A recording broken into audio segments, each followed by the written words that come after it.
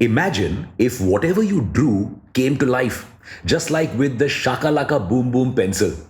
What if we tell you this tech actually exists? Yes, it's called 3D printing, and it could change the world as we know it. How?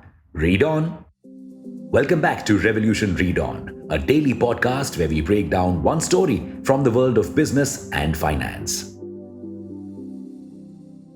3D printing is exactly what it sounds like, printing real life objects using a fancy printer.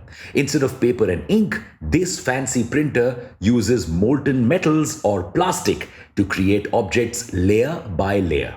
The fancy industry is currently worth $17.4 billion dollars and is expected to grow at a 17% CAGR.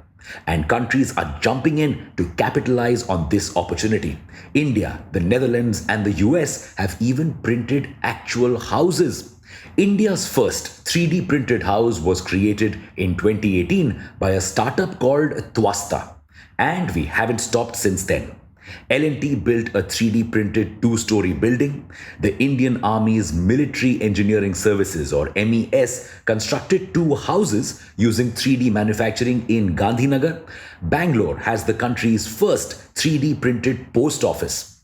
Companies like Tata Motors, Maruti Suzuki, and Reliance have also made major investments in 3D printing. But what makes 3D printing so lucrative?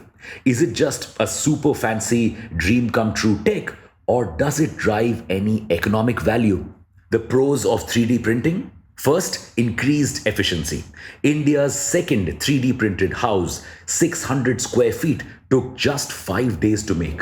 Compare this with the typical 5 to 6 months needed to build a decent house. Second, manufacturing cost reduction. 3D manufacturing reduces the need for extra labor, tools, and inventory storage. This reduces costs to about 30%. Third, increased sustainability. 3D printing massively reduces waste as high as 95% in the construction industry. How? By using a technique called additive manufacturing.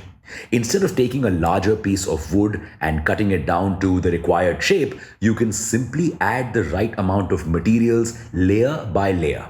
Also, since the work is done by machines, the room for error is almost close to zero, saving time and effort. 3D printing can basically print anything. Anything from fuel nozzles to vintage car parts to entire rockets that could take us to space. And we've also started exploring its benefits on the human body. Some startups are printing customized pacemakers, affordable and lighter prosthetic limbs, and even organs with the help of 3D printers.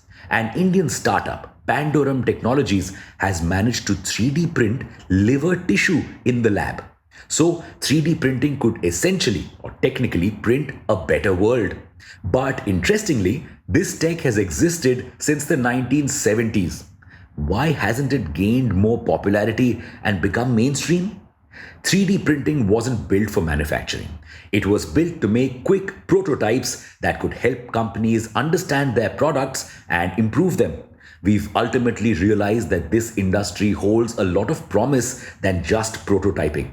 But unleashing its true potential comes with many challenges. First, high setup costs. Setting up one or two printers for prototyping was easy, but setting up a whole system that can print at scale requires a lot of capital expenditure, which many companies and brands cannot afford. Second, not fast enough. 3D printing can cut down time in industries like construction that depend on manual labor. But when it comes to full scale manufacturing, it is pretty slow. For instance, a Lego factory manufactures 36,000 Legos per minute. On the other hand, it takes 4 minutes to 3D print one Lego. Third, lack of tech and skills.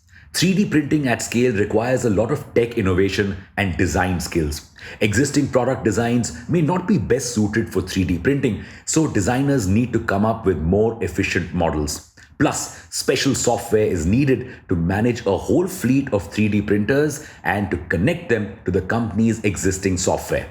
Now, the question is, how can we overcome these challenges and unlock this tech's true potential? India has launched a national strategy for additive manufacturing to promote 3D printing.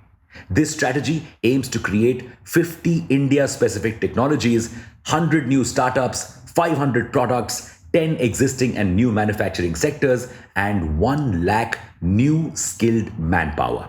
If we can actually achieve all of this, we could become exporters of 3D printing related tech and design services and grow our infrastructure super quickly. ReadOn Insight, 3D printing could change the dynamics of the construction industry, bringing more focus on house design than the actual construction. So, if India creates more design experts, we could significantly increase our export bills by exporting our services. But that day looks far away. Currently, India accounts for only 1.4% of the global spending, while the US accounts for 36%. India imports 80 to 85% of 3D printing equipment. To increase India's share in the global 3D printing industry to 5% in the next 3 years, just a strategy won't be enough. The government needs to increase spending to boost research and development, reduce dependency by developing domestic skill and technology, and incentivize global startups to set up 3D printing plants and factories in India. Hope the government announces something interesting for this space in Budget 2023. Thank you for listening to this episode. We'll be back with more tomorrow. Until then, read on.